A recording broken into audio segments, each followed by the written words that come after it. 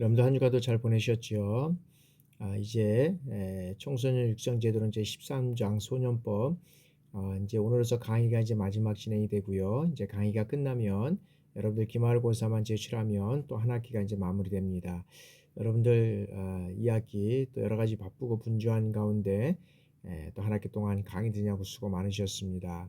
이제 여러분들 잘 마무리하시고 다가오는 2023년 새해에는 여러분들도 건강하시고 또 바라고 또 기대하고 준비하는 또 뭐 도전하는 그 모든 것들 좋은 결과 있기를 늘 여러분들 기도하겠습니다. 그러면 제13장 소년법에 대해서 진행하도록 하겠습니다. 소년법은 의의와 주요 연역, 그 다음에 사건, 이제 보호사건, 조서와 심리, 임시조치 및 보호처분, 항고, 형사사건, 심판 및 벌칙 요거 순으로 해가지고 우리가 한번 살펴보도록 하겠습니다.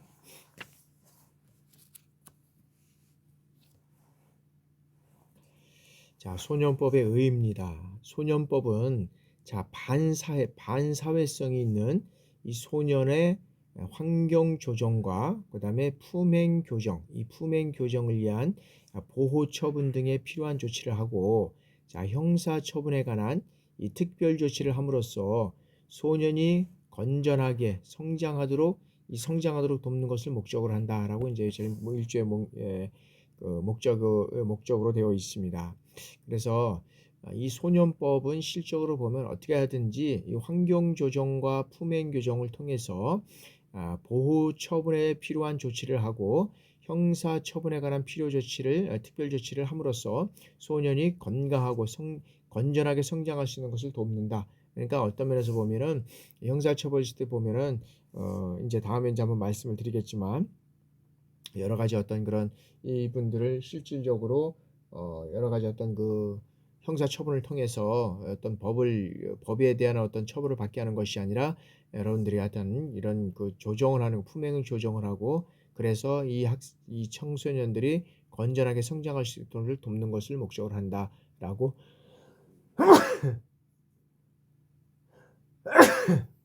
죄송합니다. 명시가 되어 있습니다. 그러면 이런 소년법의 어떤 우리가 특징을 한번 살펴보도록 하겠습니다. 자, 소년법의 특징은 우리가 네 가지로 살펴보겠는데 첫 번째는 이제 보호주의적 특성입니다. 자, 보호주의적 특성은 소년법의 목적에 명시한 바와 같이 소년의 건전한 이런 육성을 기하기 위하여 반사회성이 있는 이 소년에 대해서 보호 처분을 행하도록 하는 것은 바로 이 보호주의의 원칙을 밝히고 있는 것이다 라고 말씀드릴 수 있습니다. 뭐냐하면 자, 소년은 자, 심신이 미성숙하기 때문에 형벌에 대한 응보의 감정이 희박하고 또 피영향성이 강해서 형사 처분을 받으면 어떻게 돼요? 오히려 심리적으로 이 나쁜 영향을 받기 쉽다는 거죠. 그래서 환경적인 압력에 이 어떤 면에서는 충동되어서 우발적으로 비행이 발생하는 경우가 많다는 거죠. 그래서 이 가역성이 풍부하고 비교적 어떤 면에서는 교육의 가능성이 용이하고 또 한편으로는 소년의 어떤 장래성을 고려할 때 형사 처분에 의한 어떤 그런 일반적 예방 효과를 기대하기 어렵다는 점을 들어서 이러한 원칙을 채택하고 있다라고 우리가 본다는 것이죠. 그래서 우리가 이 보호법 두 번째 들어가기 전에 이 소년법에서 소년이라고 하는 것은 어떤 소년이냐면 자 19세 우리가 19세 미만인 자를 우리가 이제 소년이라고 하잖아요. 그래서 보호 처분의 대상은 이제는 10세 이상에서 어떻게 돼요? 19세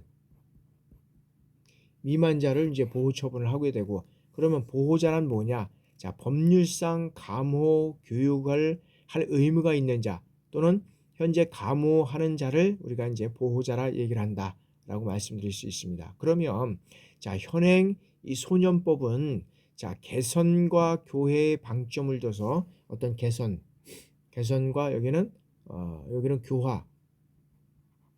교화의 방점을 둔다는 거죠. 여기에 방점을 두어서 징역형 대신에 어떻게 돼요? 다양한 보호 처분을 설계해 두었고 검찰도 이와 같은 제도를 적극 활용해서 소년법이 건전하게 성장하도록 조치하고 있다라는 것입니다. 그래서 실제로 이 검찰에 접수된 소년 사건 중 약 한 67%가 검찰에 접수된 소년 사건의 67%가 여기는 선도 조건부 기소유예, 그 다음에 보호처분, 이걸 한다는 거죠. 보호처분. 보호처분으로 조치하고 있다는 겁니다. 실적으로 이 검찰이 이제 우리 저소년이라고 해가지고 다 이제 기소를 하게 되면 67% 이상들이 이제 어떤 면에서는 기소를 해야 되는데, 이 이제 선도 조건부 기소유예나 보호처분을 이제 통해서 이제 조치를 하고 있다. 그래서 자, 실제로 검찰에 접수된 이런 사건들을 통해서 이제 어떤 면에서는 정식 재판을 통해서 기소되는 사건은 어떻게 돼요? 7%밖에 이제 7%에 불과하다라는 거죠.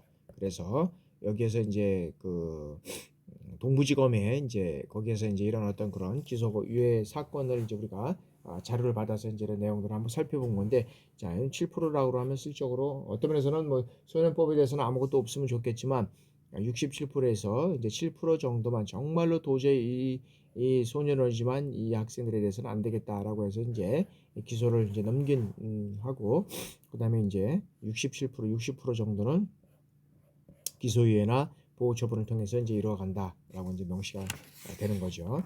자, 다음에는 자, 이제 두 번째는 자, 교육주의적 특성이다. 교육주의적. 자, 그래서 자, 소년의 비행은 어떤 성행과 환경과의 어떤 그런 역동적인 이런 어떤 상관관계에 기인하고 있다라고 볼 수 있다는 거죠. 그래서 소년의 건전한 보호 육성을 기하기 위해서는 대상 소년에 대한 어떻게 돼요? 성행을 치료하고 교정하고 그 소년을 둘러싼 반사회적 환경을 조정하고 개선해야 된다라는 것이죠. 그렇게 되고요. 다음에 세 번째는 인격주의적 특성입니다. 자, 인격주의적 특성은 뭐냐면, 자, 소년의 보호 대상은 과거의 행위보다 현재의 인격을 중요시하고, 그 다음에 소년 보호는 어떻게 돼요? 구체적으로 소년의 인격에 내재하고 있는 이 범죄적 위험성을 제거하는 데 있다는 거죠. 그래서 이러한 원칙은 어떤 것이냐면, 자, 행정적 기능과 사법적 기능이 작용하는 대상으로서 보호를 요하는지를 판단하고 평가하는 데에서 중요한 의의가 있다라고 우리가 볼 수 있다는 겁니다. 자, 다음에는 이제 예방주의적 특성입니다.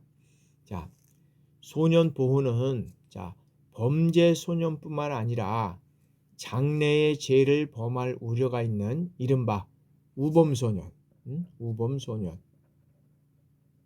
범죄를 안 저질렀지만 가면 이제 범죄를 저질 수 있는 이런 사항들이 이제 우범소년이라 그러잖아요. 자, 우범소년뿐만 아니라 자, 어떤 면에서 보면은 이 장래 죄를 이제 범할 우려가 있는 이제 우범소년뿐만 아니라 자, 14세 미만의 형벌 법령에 저촉되는 행위를 한 이 촉법소년도 그 대상으로 이제 해서 소년의 범죄 또는 어떤 누구의 방지 또는 예방하기 위한 이 보호 교육을 원칙으로 하고 있다라고 우리가 볼 수 있다는 거죠. 그래서 소년의 특징은 보호의적 특성과 교육주의적, 인격주의적, 예방주의적 이런 어떤 네 가지 특징을 가지고 있다라고 우리가 볼 수 있고요.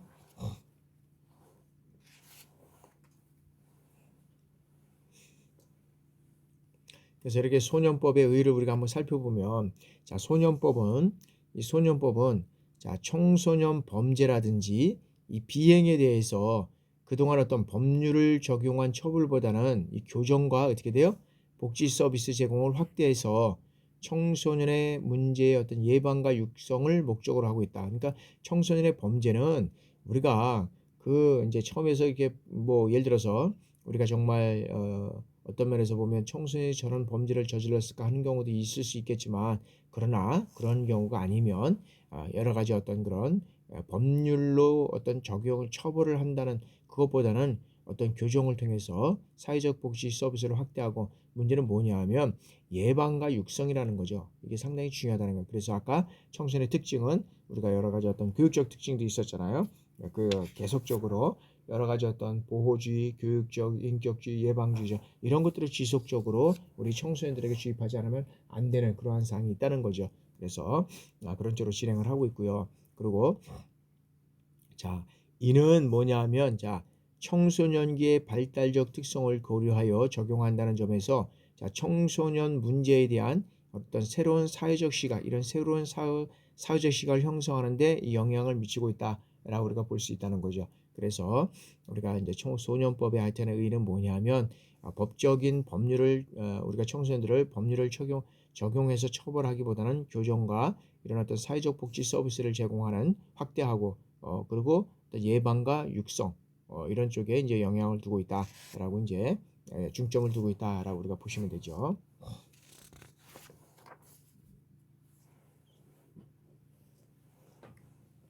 자, 소년법의 어떤 주요 연역을 우리가 한번 살펴보도록 하겠습니다. 자, 소년법의 주요 연역은 자, 1958년 7월에 이제 소년법이 제정이 됐고요.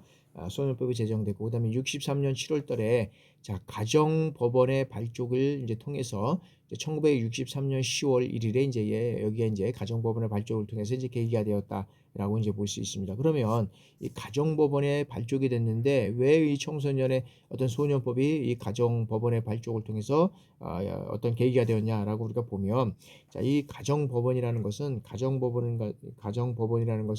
이 가정과 이 가정에 관한 사건과 가정 사건과 어떤 여기서는 소년에 대한 소년 사건, 이 소년 사건이 두 가지를 가지고 이제 가정법원에서 이제 전문적으로 어떤 간정하는 법원이 이제 우리가 가정법원이다라고 이제 보고 있다는 거죠. 그래서 이제 현재 지역별로 보면 이제 8개 이제 가정법원이 있고 일부 지역에서는 뭐 가사, 가정, 그다음 소년 재판 뭐 어떤 재판부 이런 것들이 이제 설치돼서 이제 진행되는 경우가 있다는 거죠. 소년 재판부는 뭐예요? 소년에 대한 일단 어떤 범법 이런 것들을 이제 재판하게 된다는 거죠.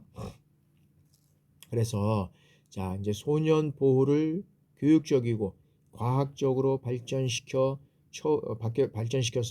처우 결정과 집행에 있어서 이제는 사회와 가정, 그다음에 국가기관 상호 간의 어떤 유기적인 이 협조를 하고 있다라고 우리가 볼 수 있다는 거죠. 그래서 이제 1977년 12월에는 이제 또 소년 감별소 신설에 따라서 이제 이 사건을 조사하고 심리하는 이 법원부로 하여금 이제 소년 감별소의 어떤 감별 결과와 의견을 이제는 이제 참작하도록 되어 있고요. 그래서 판사가 사건의 어떤 조사라든지 심리에 필요할 때는 소년을 어떻게 돼요? 소년 감별소에 위탁할 수 있고 18세 이상의 소년에 대해서는 이제는 환영 처분을 여기에는 할 수 있다라고 이제 되어 있는데 두 가지.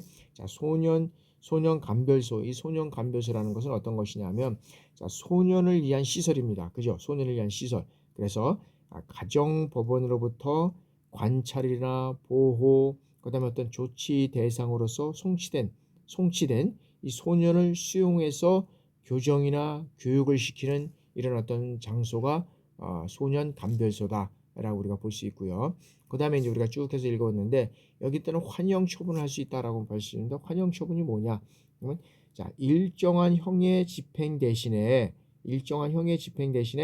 다른 형을 집행하게 하는 이 처분이다라고 볼 수 있는데 그거는 뭐냐면 그래서 이제 우리가 환영 처분이라는 것은 뭐 벌금이라든지 뭐 과태료, 벌금, 과태료, 그다음에 어떤 그런 이런 것들을 물지 못하는 사람에 대해서 우리가 벌금이나 과태료 이런 것들 물지 못하는 사람한테 대해서 어떻게 돼요? 환영 처분하는 거죠.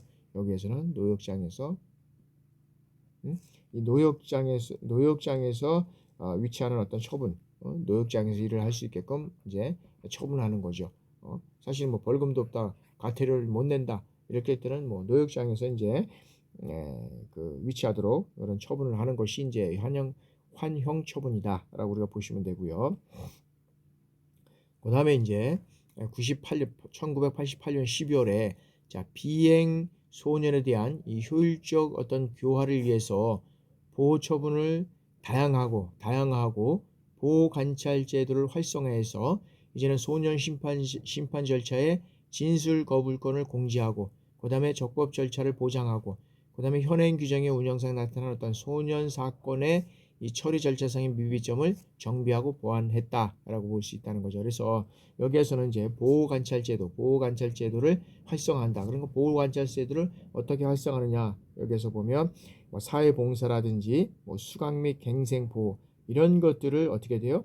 자, 체계적으로 어떤 그런 사회 내 처우가 필요한 이런 어떤 사람을 어떤 그런 지도하고 보살피고 도움으로써 건전한 사회 복귀를 촉진하고 그다음에 효율적인 범죄 예방을 어떤 면에서는 여기는 확충하게 이런 하는 그런 요소가 이제 이런 요소다. 보호관찰제도 요소다라고 우리가 이제 볼 수 있다는 거죠. 그래서 우리가 이제 소년법은 하여튼 제일 중요한 것은 이런 사람들이 잘못했다고 해서 무조건 그래 어떤 법의 처벌을 받기만 하는 것이 아니라 여기에서는 여러 가지 어떤 교육적인 이런 특징을 통해서 교화하고 교육하고 예방하고 그래서 건전한 어떤 그런 그 시민으로서의 어떤 그런 성장해 나가는데 그 역할을 해 나가는 것이 상당히 이제 중요하다라고 이제 우리가 보고 있다는 거죠. 그런 걸 통해서 이제 이루어 가야 된다라는 것이고요. 자, 다음에 이제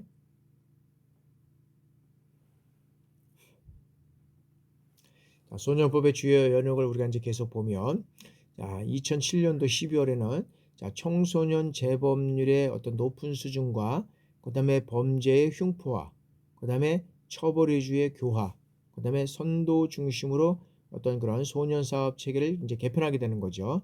그러면서 이제 촉법 소년, 우범 소년의 연령을 12세 이상에서 이제는 10세 이상으로 하향 조정을 하겠다라고 이제 그렇게 이제 돼 있습니다. 근데 실적으로 지금도 이제 촉법 소년의 범죄 유형이 자꾸 좀 악랄해져 가고 좀 너무 어떤 면에서 보면 청소년 이런 어떤 청소년들이 범하기는 너무나도 심한 이런 어떤 법적인 요소들이 있다 그래서 지금도 이제 현 정부 이제 윤석열 정부 들어와서 이제 법무부 장관이 이제 그거를 윤석열 이제 그 정부의 어떤 공약사항이죠. 공약사항. 이제 공약사항이 하나 이제 중인 하나인데 이 공약사항 하나 중에서 그것을 어떻게 할 것이냐라는 것을 이제 진행이 되는데 이제 법무부 장관이 이런 어떤 이제 여러 가지 어떤 절차를 통해서 진행하고 보면서 진행해 나가겠다라고 이제 보면서 지금 이제 또 날추다 보니까 범법선을 너무 많이 이제 만들어내는 그런 또 양산하는 그런 또 문제가 있을 수 있다라고 이제 진행되는 사람도 있고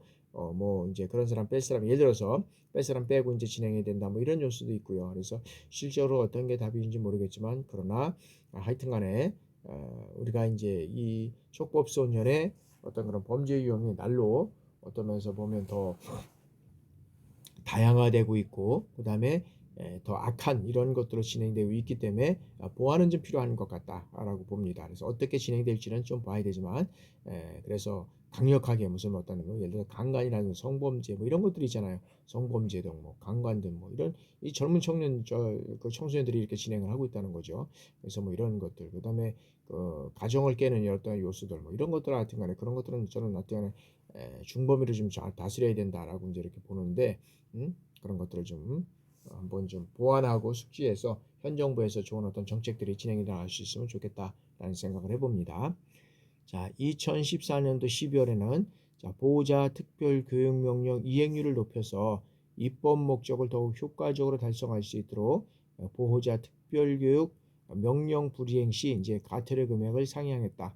그래서 어떤 면에서는 이제 이게 100만 원에서 300만 원으로 이제 그래서 특별 교육 명령 이행률을 높여서 이제 이런 어떤 그 입법 목적을 좀 더욱 효과적으로 달성할 수 있는 그런 어떤 보호자 특별 교육 불이행 시 이제 과태료 금액을 이제 이렇게 하겠다 그래서 지금도 보면 이제 뭐 지금 뭐 어떤 면에서 보면 뭐 야 뭐 이렇게 되지만 실제로 보면 여야의 어떤 그런 것들이 국한되어 있는 것이 아니라 어떤 민주주의의 어떤 그런 그 다양한 어떤 그런 방법으로 인해서 그다음에 이제 그 민노총 과 연계되어 있어서 지금 실제로 보면 이제 뭐 우리가 이제 노조나 이런 것들은 뭐 필요하다고 생각을 합니다. 그러나 이제 이런 것들이 어떤 면에서는 너무 강력한 어떤 그런 쪽으로 인해서 하고 비노조로 이렇게 가입이 됐는데 거기에 뭐 어떤 면에서 보면 구슬 총알을 막 쏴가지고 그것도 총알을 쏴가지고 어떤 그런 사고의 위험 또 뭐 사고가 직접적인 그런 발생한 이런들이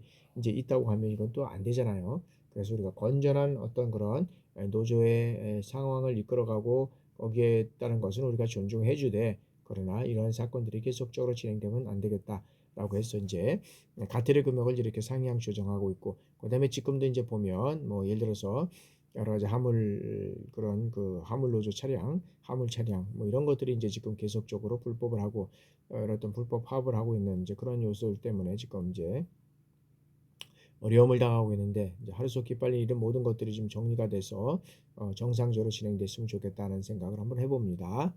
자 이제 두 번 이제 또 2015년 12월에는 자 소년원 송치 처분의 경우에도 이 원 판결에 따른 송치 기간이 이 항고에 따른 송치 이 기간에 산입될 수 있도록 법적 근거를 마련함으로써 소년의 어떤 기본적인 인격 신장이 더욱 또 보장되도록 우리가 노력해야 됩니다.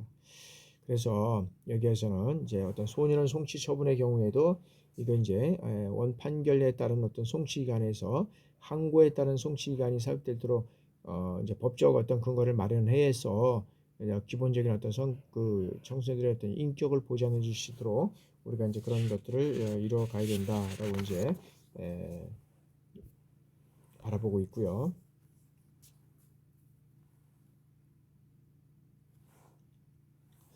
자, 관할 및 직능입니다. 그래서 자, 소년 보호 사건의 관할은 소년의 행위지, 그다음에 거주지 또는 현재지에서 하고 그다음에 가정법원 소년부 또는 지방법원 소년부죠. 여기에서 이제 하게끔 되어 있습니다. 그래서 어떤 그런 사건의 요거는 보호 사건의 어떤 심리, 처분 결정 이런 것들은 소년부 단독 판사가 이제 진행하게 이제 법적으로 이제 진행하게 돼 있죠. 이제 그렇게 이제 보시면 되고요.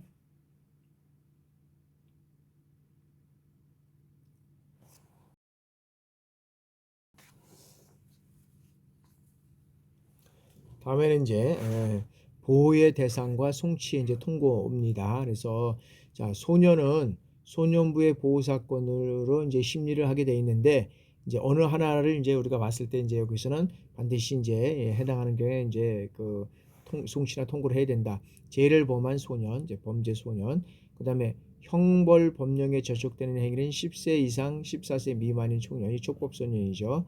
이런 소년.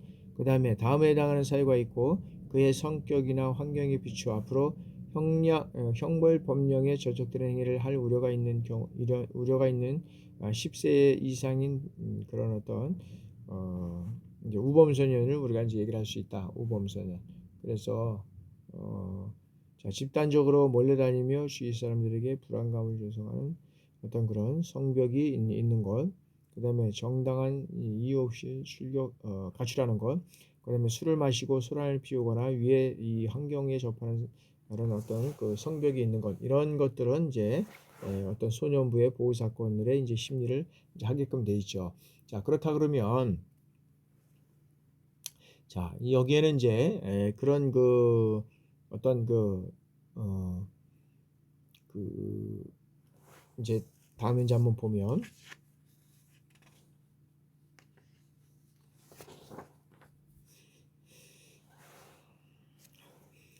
자, 촉법 소년과 자, 우법 소년에 해당되는 그 소년이 있을 때에는 자, 경찰서장은 어떻게 돼요?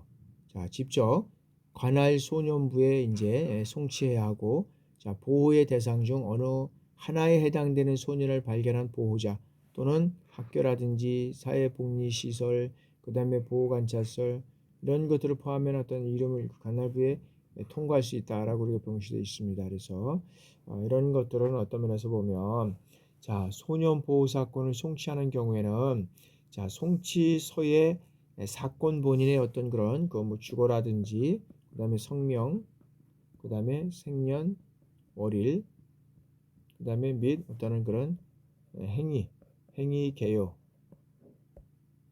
그다음에 어떤 가정 상황 이런 것들을 적고 그 밖에 참고 자료를 이제 첨부해서 자, 보호 사건을 송치받는 소년부는 자, 보호의 적정을 기하기 위해서 필요하다고 인정되면 어떻게 돼요? 결정함으로써 사건을 다른 관할 어떤 그런 소년부에 이송할 수 있다라고 명시되어 있습니다. 그리고 소년부는 그런 어떤 그런 소년부는 자, 사건이 그 관할에 속하지 아니한다고 인정하면 어떻게 돼요? 결정으로서 그 사건을 관할 소년부에 이제 또 이송하도록 되어 있습니다. 그래서 소년부는 뭐 조사라든지 또는 어떤 심의한 결과 금고 이상의 형에 해당되는 어떤 범죄 사실이 뭐 발견된 경우가 있다고 하면 여기에서는 이제 그 동기와 어떤 뭐 죄질이 형사 처분을 할 필요가 있다고 이제 인정하게 되면 자 그것이 이제 어떤 결정을 함으로써 사건을 어떤 그런 그 사건을 관할 지방법원에 대해 대응해서 검찰청 검사에게 이제 송치해야 한다라고 이제 명시가 되어 있습니다. 그리고 이제 조사라든지 또는 어떤 심의한 결과 어떤 그런 사건의 어떤 그런 그 본인이 15 이상 여러 가지 어떤 그런 그 19세 이상인 것으로 밝혀진 경우에는 자 여기는 이제 결정함으로써 사건은 어떻게 돼요? 관할 지방법원에 대응하는 이 검찰청 검사에게 이제 송치해야 된다라고 명시가 되어 있습니다. 다만 법에 따라서 이 법원에 이송하여야 할 경우에는 그러하지 아니하다라고 명시가 되어 있습니다. 그래서 어떤 면에서 보면 이제 뭐 기름께서 정리가 됐든지 하여튼간에 여러 가지 어떤 그런 사건들이 여러 가지가 이제 이루어진 것들이 속히 이제 그 처분이 이제 결정이 되는 이러한 사항들이 이제 이루어져야 됐다. 그래서 이송이나 형사 처분 등을 위해서 관할 검찰청으로 송치 결정을 하였을 때는 지체 없이 어떻게 돼요? 그 사유를 사건 본인과 이제 보호자에게 알려야 된다라고 명시가 되어 있습니다. 그래서 그런 것들을 알림으로써 빨리 그 모든 것들이 정리되는 이러한 이제 일들이 이제 일어나야 된다라고 우리가 이제 보고 있다는 것이고요. 아까 이제 우리가 우범소년 계속했는데 자 우범소년에는 어떤 면에서는 죄를 범하지는 아니하였으나 사실 우리도 보면 이제 뭐 그렇게 죄를 범하지는 아니하였으나 그 성격이나 어떤 면에서 성격이나 여러 가지 어떤 훈장의 그 따라서 그런 모든 것들이 정해지면 좋겠다라는 것들을 우리가 이제 보게 되는 거고요. 자, 이제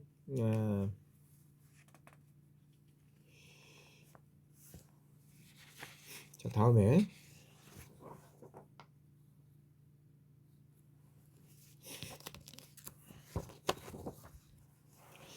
자, 조사와 이제 심리다. 조사와 심리. 그래서 자, 조사는 뭐 의학이라든지 뭐 심리학, 뭐 교육학, 사회학 이런 어떤 전문적인 지식을 활용해서 소년과 보호자, 그다음에 참고인의 어떤 품행이라든지 경력, 그다음에 가정 상황, 어떤 환경 이런 것들을 이제 밝히도록 노력해야 한다는 거죠. 우리가 시적으로 보면 여기에 우리가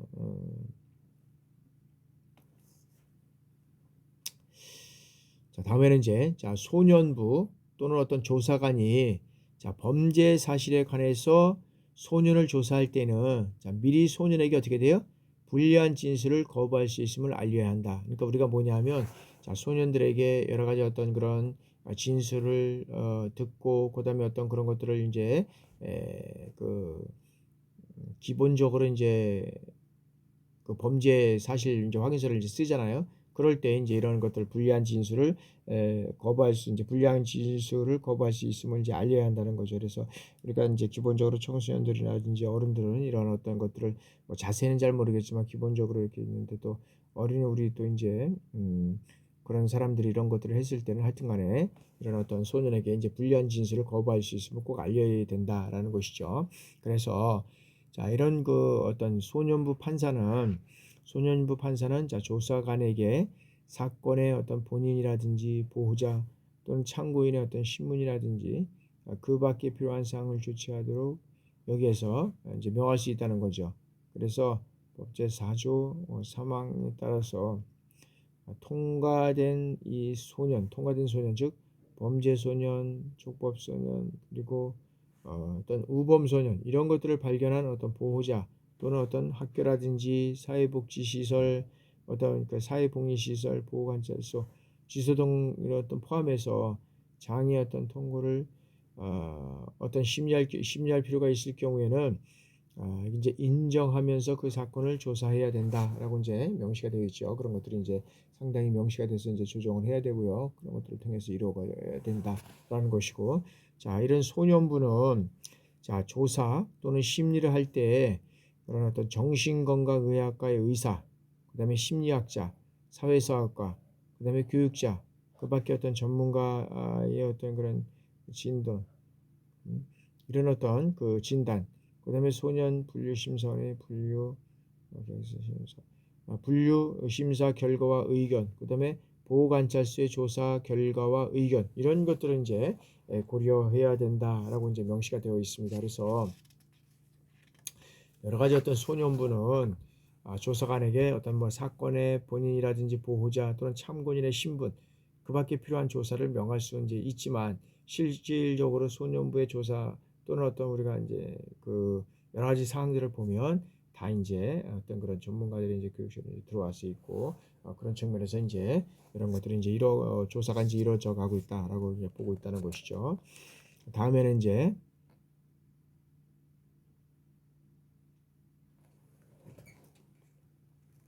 자, 심리로서 이제 심리 개시 및 방법입니다. 자, 소년부 판사는 자, 송치서와 조사관의 조사 보고서에 따라서 이 사건을 심리할 필요가 있다고 인정하면 심리 개시 결정을 열어야 할 것이다. 인정하면 심리 결정을 열어야 할 것이다라고 있고, 자, 그다음에 이제 이 사건, 이 결정은 자, 사건 본인과 자, 보호자에게 어떻게 돼요? 이런 것들을 알려야 한다는 거죠. 알려야 하고, 자, 이 경우에 심판 개시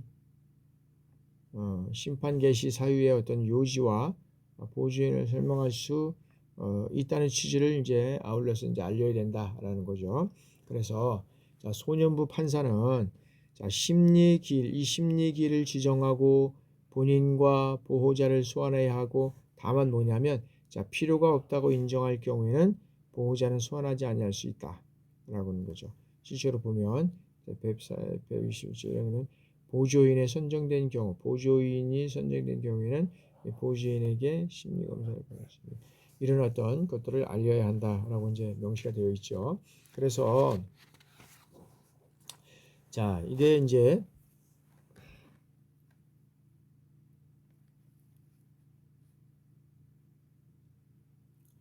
자, 보호자 하여튼 보이는 이제 심리계를 출석할 수 이제 있고, 그걸 알려야 된다라고 이제 말씀드렸고, 그리고 심리는 어떻게 해야 되느냐면 친절해야 되겠죠. 그다음에 여기는 온화, 모든 것들은 심리는 친절하고 온화하게 해서 이제 해야 된다. 그래서 다만 소년부 판사는 적당하다고 인정하는 자에게 참석을 할 수 있다라고 명시가 되어 있고요. 명시가 되어 있고, 그래서 자, 여기서 뭐 조사관이라든지 여기서 조사관, 보호자, 보조인은 자, 심리에 관해서 의견을 진술할 수 있고, 이 경우에 소년부 판사는 어떻게 돼요? 필요하다고 인정하면 사건 본안에 퇴장을 명할 수 있다라고 명시가 되어 있다는 거죠. 그래서 조사관과 보호자, 이런 보호인은 심리에 관해서 의견을 진술할 수 있지만은 이 경우에 여러 가지 어떤 그런 통제가 안 되면 다 이런 것들이 이제 이루어갈 수 있는 이러한 사건들이 이제 돼버렸다는 거죠. 그래서 자, 이 경우에 자, 소년부 판사는 어떻게 돼요? 자, 필요하다고 인정되면 사건의 본안을 퇴장할 수가 이제 있다라고 명시가 되어 있고요. 그다음에 이 소년부 판사는 어떤 면에서는 소년부 판사는 소년의 품행을 교정하고, 자, 피해자를 보호하기 위해서 필요하다고 인정하면 소년에게 어떻게 돼요? 피해 변상 및 피해자와의 어떤 화해를 권고할 수 있고, 화해를 위해서 필요하다고 인정하는 경우에 이 기일을 자, 지정해서 또 저기 보호자 또는 참고인을 소환할 수 있고, 이러한 경우에는 이제 소년부 판사는 어떻게 돼요? 자, 소년이 권고에 따라 피해자와 화해했을 경우에는 어떻게 돼요? 보호 처분을 결정할 때 이를 고려할 수 있다라고 명시가 되어 있다는 거죠. 그래서 이런 어떤 그런 소년부 판사는 실적으로 보면 자, 신창인이 이미 심리 절차에서 충분히 진술해서 다시 진술할 필요가 없다고 인정되는 경우에 또 신청인의 어떤 진술로 심리 절차가 완전하게 어떤 그런 지연될 수 있다고 우려가 있다고 보는 것은 우려가 있는 경우에는 그렇지 아니하다라고 명시가 되어 있습니다. 그래서 자, 소년부 판사는 하여튼 품행을 교정하고 그다음에 피해자를 보호하기 위해서 필요하다고 인정하면 소년에게 어떤 어떤 그 피해 현상 및 피해자와의 어떤 그런 하의를 권고할 수 있고 하의를 위해서 필요하다고 인정하면 자, 기일을 지정해서 소년이나 보호자 또는 참고인을 소환할 수 있고 경우에 이러한 어떤 경우에는 이러한 경우 소년부 판사는 어떻게 돼요? 소년이 시권 절차 그 소년이 권고에 따라 피해자와 화해하실 경우에는 이제 보호 처분을 결정할 때 이를 이제 고려할 수 있다라고 이제 명시가 되어 있죠. 그러한 측면에서 우리가 이제 보면 되겠고요. 자, 다음에는 이제 이제 기록문의 관리입니다. 기록문의 관리. 이런 기록문을 어떻게 관리할 것이냐라는 거죠. 자, 소년부의 법원 서기관, 그다음에 여기에 이제 법원 사무관, 그다음에 이제 법원 주사 또는 어떤 법원 이런 어떤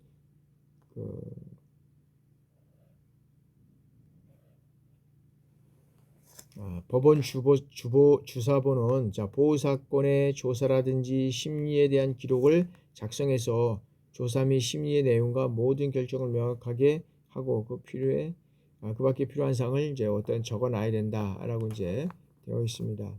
그래서 그 소년 보호 사건의 기록물 증거물은 소년부 판사의 허가를 받은 경우에만 이제 열람이 될 수 있다라고 볼 수 있다는 거죠. 그래서 실적으로 보면은 여기에서 보면은 이제 그 소년 보호 사건의 어떤 기록물이라든지 그다음에 어떤 증거물 그다음에 소년부 재판부 어떤 그런 판사의 허를 받은 경우에는 이제 열람하거나 동시할 수 있다. 다만 다만 보조인이 심리 개시 결정 후에 소년 보호 사건의 기록과 이런 어떤 증거물을 열람하는 경우에는 소년부 판사의 어떤 허가를 받지 아니해도 된다라고 이렇게 명시가 되어 있습니다. 그래서 자, 소년 보호 사건의 기록과 증거물은 소년부 판사의 허가를 받은 경우에만 이제 열람하고 등사할 수 있다라는 거. 열람하고 등사. 그래서 이런 것들을 모두 이제 아무 쪽에나 이제 열람하고 뭐 등사하고 뭐 이런 것들이 되는 게 아니라 이런 어떤 절차를 받아서 이제 진행해야 된다라는 거죠.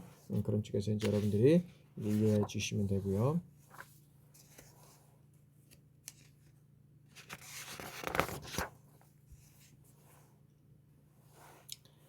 자, 다음에는 이제 심리 불개시의 결정입니다. 심리 불개시의 결정. 자, 이런 소년부 판사는 자, 송치서와 조사관의 이런 어떤 조사 보고에 따라서 일단 사건의 심리를 어떻게 돼요? 개시할 수 없거나 또는 개시할 필요가 없다고 인정하면 이 심리를 게을하지 아니한다는 이 결정을 하지 말아야 돼요. 결정을 해야 하고 이 결정은 이제 본안 그런 사건 본인과 보호자에게 이제 알려야 된다라고 명시가 되어 있습니다. 그래서 여기 이제 법에 보면 자, 사안이 가볍다는 이유로 인해서 뭐 심리를 개시하지 아니한다는 결정을 할 때에는 어떻게 돼요? 소년에게 이제 훈계하거나 보호자에게 소년을 엄격히 관리하거나 이런 어떤 교육하도록 이제 공지할 필요가 있다라고 우리가 보고 있다는 거죠. 그래서 그러나 우리 학생들이 들어와서 여러 가지 어떤 그런 학교 생활도 해야 되고 그런 상황 속에서 이제 이런 어떤 그 결정을 해야 하는 이런 상황 때 이런 어떤 그 결정을 해야 할 중요한 사건에 있을 때 이런 것들은 이제 어떤 사건의 내용이라든지 뭐 잘못할 수도 있으니까 사건의 내용이라든지 이런 것들을 이제 어떤 그런 본안과 관련해서 이제 보호자에게 반드시 이제 우리가 누가 등록을 했는지 이제 알아야 된다라는 것이죠. 자, 이 경우에 이제 여기에서는 이제 뭐냐면 18조의 임시 조치는 취소된 것으로 본다라고 이제 되어 있습니다. 그래서 임시 조치는 이제 취소된 것으로 보고 있고요. 이제 당연하게 이제 이런 내용들이 이제 이뤄가고 있다라고 우리가 이제 보시면 되죠. 그래서 이제 그런 측면에서 우리가 이제 이해를 하시면 되고요. 자, 다음에는 우리가 이제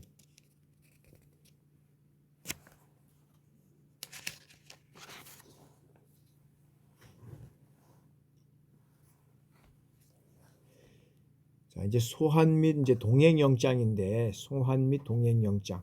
자, 우리가 이제 이런 영장이나 이제 이런 것들을 이제 우리가 보면 이제 요즘 뭐 그런 그 법적에서 이제 계속적으로 문제가 나오니까 이제 실제로 이제 경찰에서 이제 신고를 경찰에서 이제 하다가 경찰에서 하는 경우도 있고 이제 경찰 이제 어떤 말에서 보면 검사가 하는 경우도 있는데 이제 검사가 이제 하는 게 아니라 이제 실적으로 보면 경찰이 쭉 한 걸 가지고 이제 이거를 기소만 해라.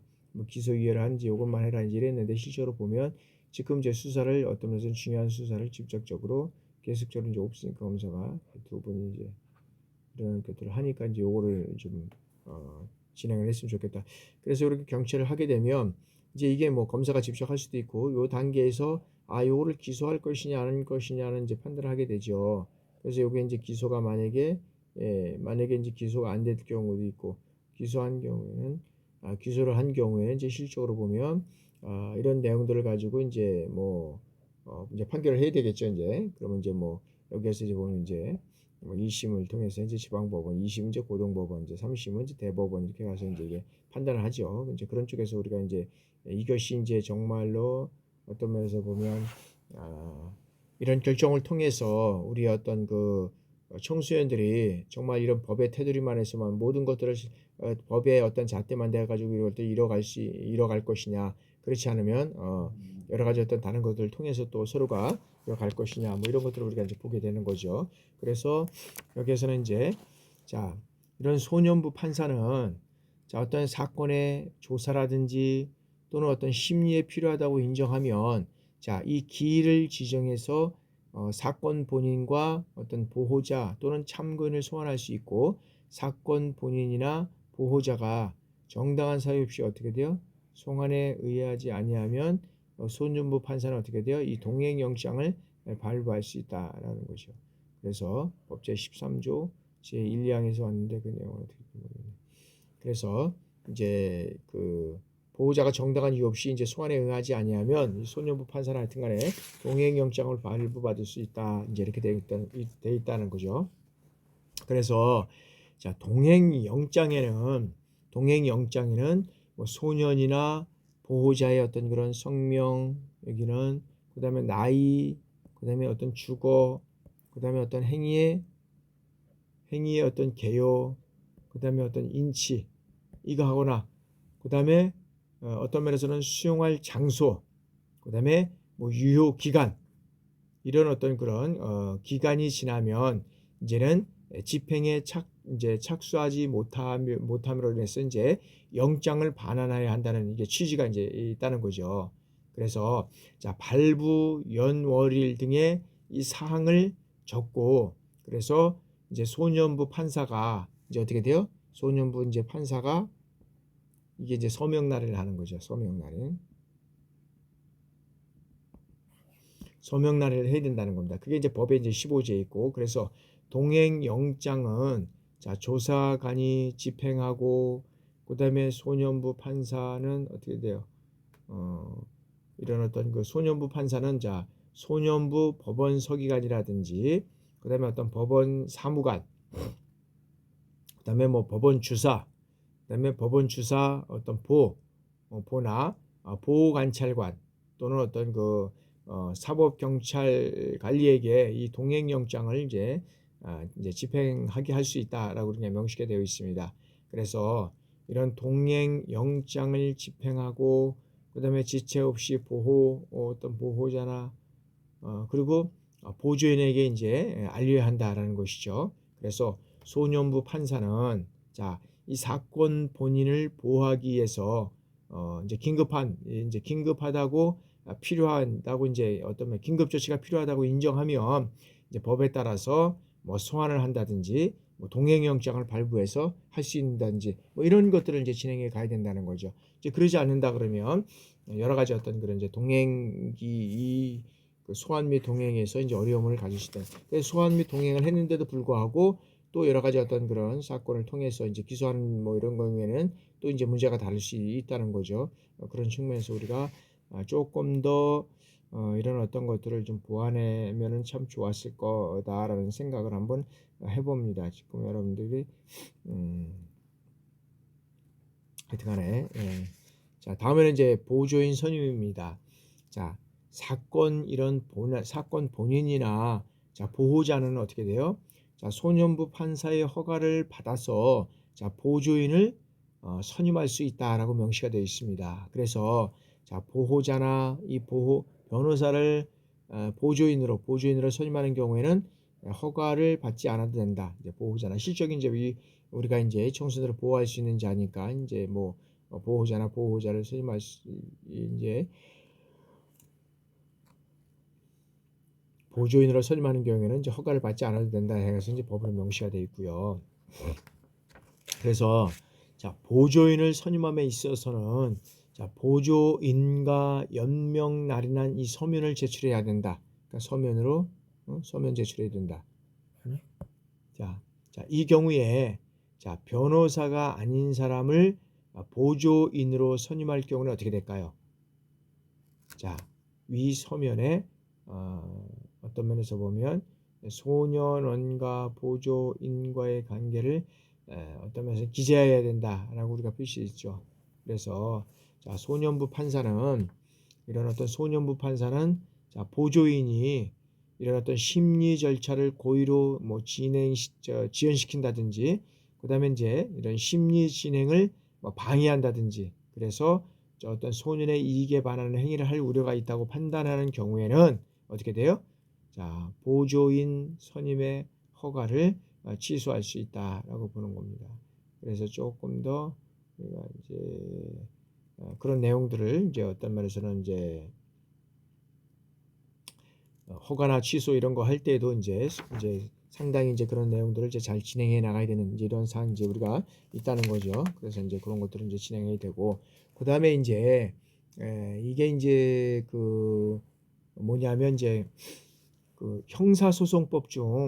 형사소송법에서 자, 변호인의 이 권리 의무에 관한 규정은 자, 소년 보호 사건의 성질에 위배되지 아니하는 한 자, 보조인에 대해서 준용해야 된다라고 이제 되어 있다는 거죠. 다시 말하면 자, 형사소송법 중 변호인의 권리 의무에 관한 이제 이런 어떤 규정이 있잖아요. 그런 것들은 자, 소년 보호 사건의 성질에 위배되지 아니하는 이 보조인에 대해서 준용해야 된다. 이것은 자, 소년이 그런 어떤 소년 분류 심사원에 위탁된 경우에 자, 보조인이 없을 때에는 법원은 어떻게 돼요? 변호사 등 적정한 자를 이제 보조인으로 뭐 선정해야 한다라고 우리가 명시가 되어 있다는 거죠. 그래서 실질적으로 보면 이런 어떤 그런 그 청소년에 대한 어떤 그런 보호자 이런 것들이 상당히 이제 우리가 이제 중요한 역할을 하고 있다라고 보고 있는데, 이제 이런 것들이 이제 우리가 그래서 아까도 얘기했지만 자, 보호자나 변호사를 보조인으로 선임하는 경우는 이제 허가를 받지 아니해야 되는데, 이외의 사람들은 이제 허가를 받아야 된다는 거죠. 그래서 이제 본인이나 보호자는 이제 소년은 판사의 허가를 받아 보호자를 선임할 수 있는데, 선임할 수 있는 사람들은 이제 다른 데인데 이제 보호자나 변호사를 선임할 수 있는 경우는 허가를 받지 않아도 된다라고 이제 이렇게 명시가 되어 있는 거죠. 이제 그런 측면에서 우리가 이제 한번 살펴볼 수 있고요. 그래서 자, 소년 분류 심사원에 위탁이 되지 않았을 때에도 어떤 소년에게 여기에는 뭐 신체적, 정신적 장애가 의심되는 경우에는 어떻게 돼요? 자, 빈곤이라든지 뭐 그 밖의 사유로 이제 보조인을 선임할 수 없을 경우에는 자, 어떻게 돼요? 자, 그 밖에 이 소년부 판사가 보조인이 필요하다고 인정하는 경우에 법원은 어떻게 돼요? 직권에 의하거나 그다음에 뭐 소년 또는 보호자의 신청에 따라서 이제 보조인을 이렇게 이제 선정할 수 있는 이런 이제 법적으로 명시가 되어 있다라고 우리가 볼 수 있다는 거죠. 그래서 실질적으로 보면 여러 가지 어떤 뭐 소환 이라든지 뭐 동행영장, 보조인을 선임하고 이런 것들이 쭉 해서 이제 여러 가지 어떤 그런 판결까지 이제 쭉 해서 이제 가고 이럴 경우에는 이제 상당한 어떤 이제 절차라든지 이런 것들이 이제 더 필요하고, 그다음에 끝까지 이제 갔을 때는 또 항소도 해야 되잖아요. 그죠? 항소도 해야 되고 이게 이제 금방 끝나는 그런 사항들이 아니기 때문에 여러 가지 이제 여기에서는 이제 그런 것들을 이제 준용을 해 가야 된다라는 것을 우리가 이제 상당히 이제 중요하게 이제 여기고 있다라고 보는 거고요. 그래서 이제 여기서 자, 이제 법원 소년부에서 이제 뭐 가정법원이라든지 어떤 소년부, 그다음에 어떤 지방법원 소년부 이런 것들이 이제 결정을 할 수 있는데 자, 그 결정하는 거에 서 보면 자, 위탁한 소년을 이제 수용해서 그 자질을 분류 심사하는 시설이 어떻게 돼요? 법원 소년부예요. 법원 소년부. 그래서 이 법원 소년부에서 소년 보호 사건을 뭐 조사한다든지 뭐 심의할 때는 어떻게 돼요? 소년 분류 심사원의 어떤 분류 심사 결과와 의견을 이렇게 이제 참작하도록 되어 있다라고 우리가 명시가 되어 있습니다. 그래서 소년에 대한 어떤 그런 평가는 우리가 상당히 이제 어떤 중요한 절차를 통해서 이루어간다라고 우리가 보고 있다는 거죠. 자, 지금까지 사실 상당히 이제 여러분들 이제 강의를 많이 이제 진행을 이제 했는데 여러분들 이제 한 학기가 이제 다 진행되어 오면서 이제 마지막 이제 소년법에 대한 이제 강의인데 참 소년법에 대한 것들은 일반법보다는 조금 좀 까다롭고 어려운 점이 있다라고 우리가 볼 수 있다는 거죠. 그렇지만은 우리가 소년법에 따라서 이런 어떤 절차를 통해서 진행돼 와야 되지만 또 될 수 있다라는 것을 우리가 이제 다시 한번 확인하고요. 이제 임시조치 및 보호처분은 우리가 휴식하고 우리가 10분 후에 10분간 휴식하고 진행해 나가도록 하겠습니다. 여러분들 하여튼 간에 강의 듣냐고 수고 많이 하셨고요. 잠깐 휴식하고 우리가 이제 진행해 나가도록 하겠습니다. 잠시 휴식하겠습니다.